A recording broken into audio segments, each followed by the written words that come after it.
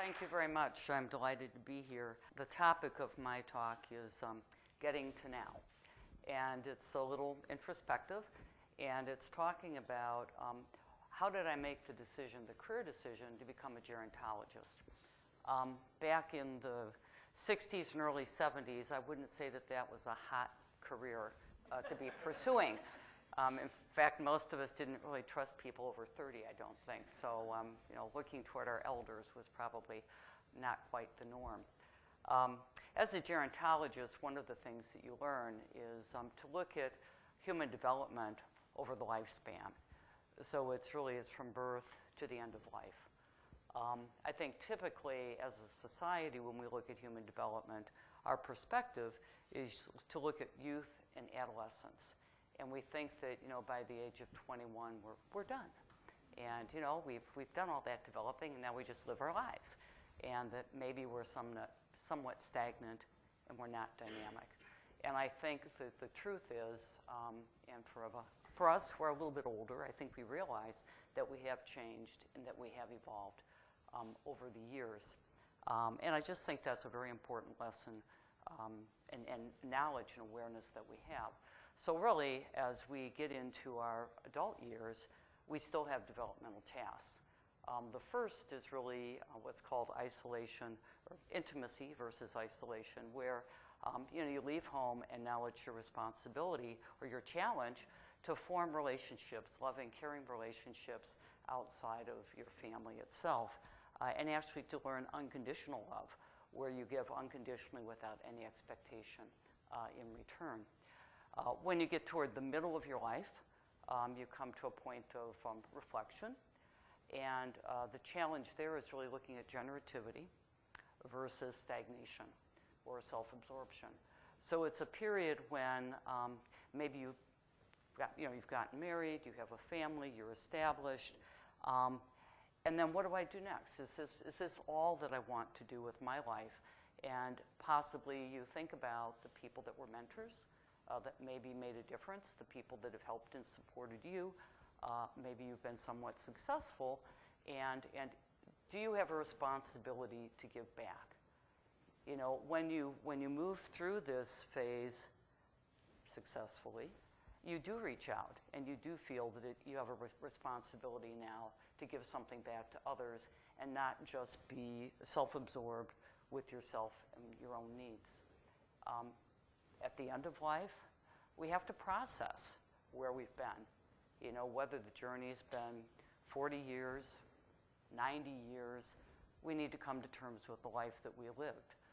People in hospice understand this quite well.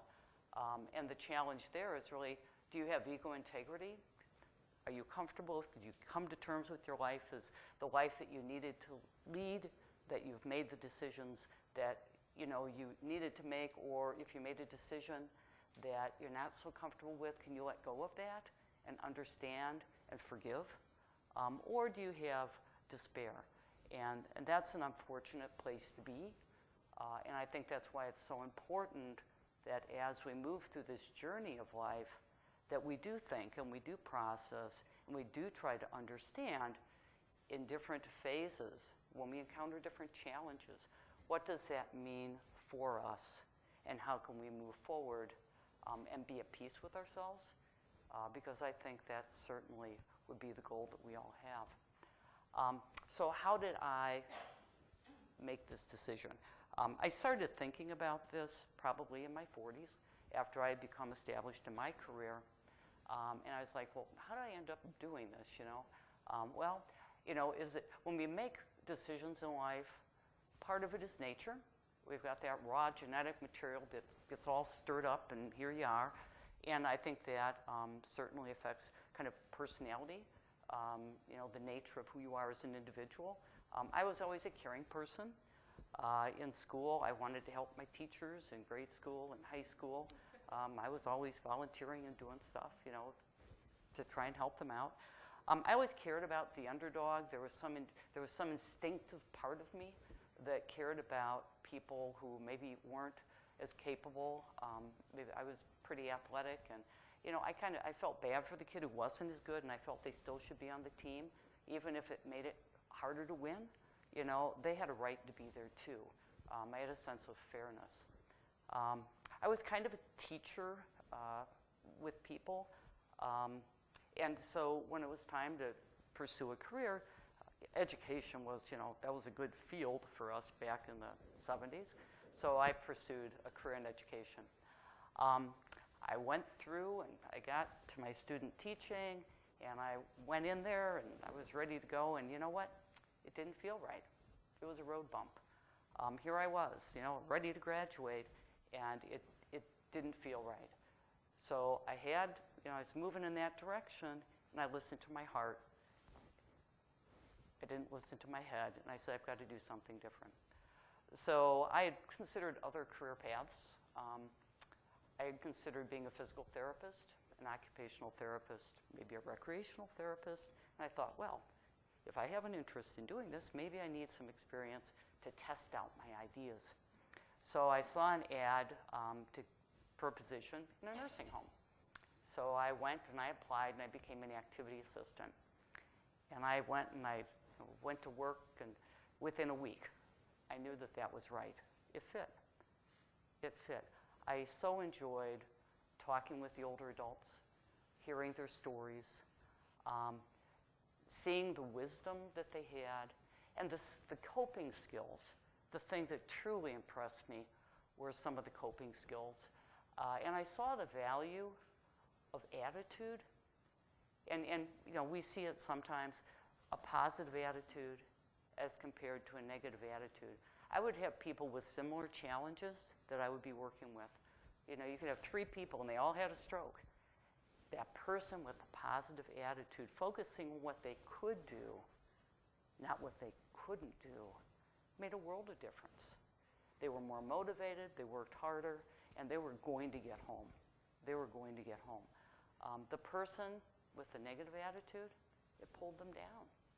It was a huge, huge burden that they were carrying with them. What a valuable lesson for a 20-something to learn. And I thought, I want to learn more of these, and I want to see if I can pass it on to others. After a couple of years, I moved into a position in the facility where I started doing tours and working with families. And you know, Mom would be having trouble with meal preparation, a little trouble with bathing, with shopping. And they wanted to put her in a nursing home. And I'm like, what are you talking about? You don't want Mom here. I mean, if she had a stroke, if she needed rehab, that's cool. But if she's struggling a little at home, no way. So then I figured out I not only wanted to work with older adults, but I wanted to work with them and with their families and help them understand that there are choices, that there were resources that could be brought into the home to help that older adult maintain their integrity and to stay in the environment that they wanted to be in for as long as they could possibly be there. So how did I make this decision? What drove me to appreciate and value and seek this contact with older adults? I reflected, and do I get is it working? There we go. Okay, there's Grandpa. When I was born, my parents purchased a home that was built in the late 1800s. It was in Evanston. It was a Victorian home, 2-story. And they moved into that home a month before I arrived. As you can see, I had an older sister. But my grandfather's there, and I'm sitting on his lap. My grandfather and I were very, very close when I was a child. He had upstairs, he had a bedroom, there was a bath for him, and then we had a kitchen that we called the old kitchen. And that was his private kitchen. And when I was a kid, I was kind of a finicky eater. And you know, back in the 50s, you had to clear your plate because there were starving children in China. So you know, I wasn't so good at emptying my plate. So I would spend a little time in the kitchen when everyone else was done looking at my plate. And Grandpa would sneak down. We had 2 stairways.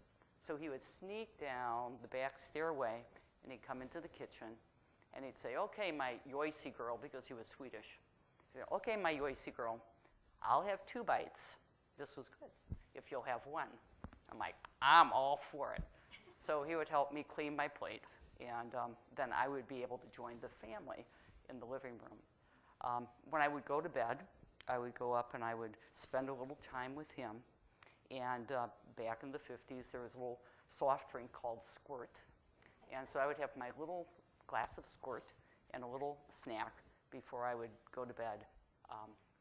And I would be visiting with Grandpa.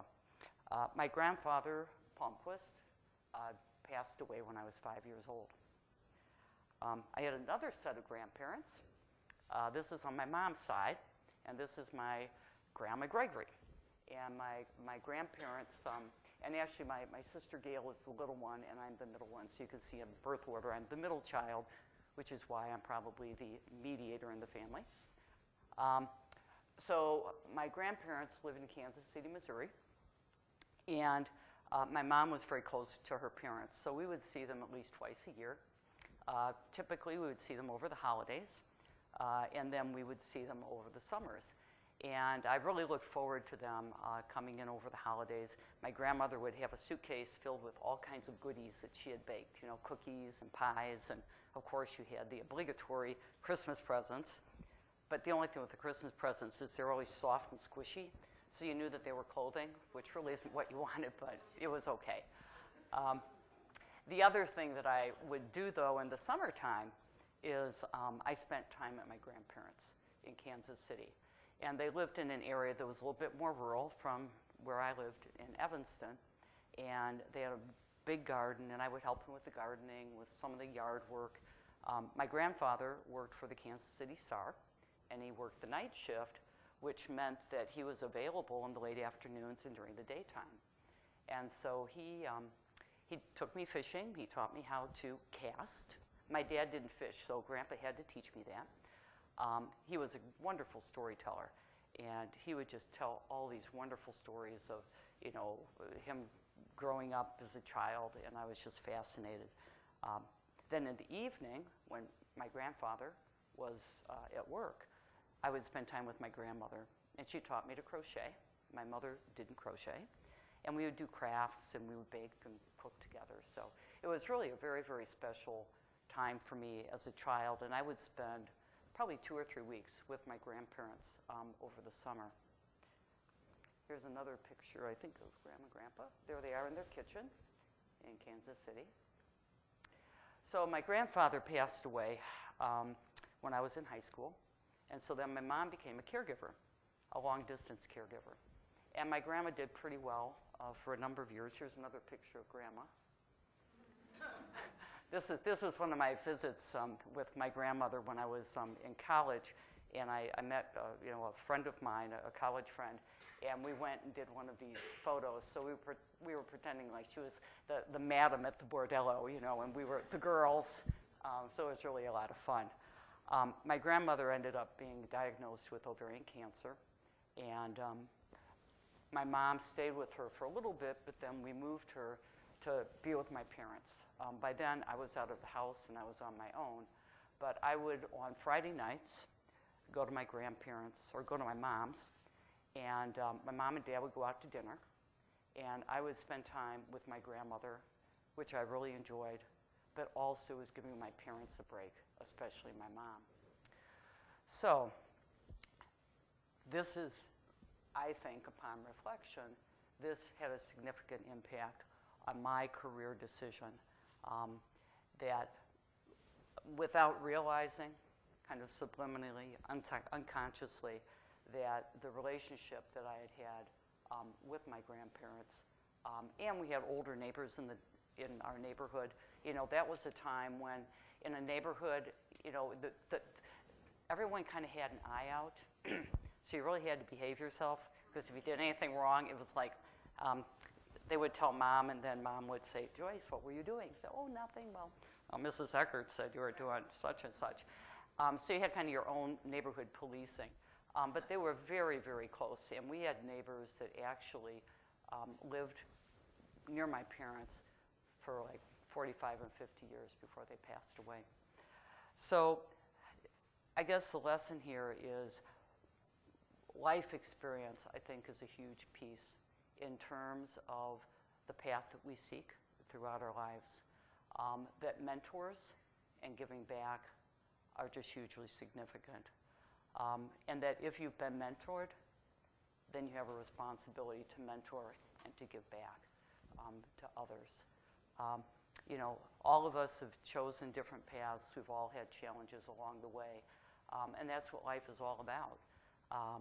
And then when we hit those moments, we have to look at the meaning, we have to process it, and we have to listen to our heart, not just our head. It isn't always what we should be doing, but it's what we feel we need to do that's really most important. So I thank you very much for making me a part of your TED Talk, and I hope you have found this to be informative.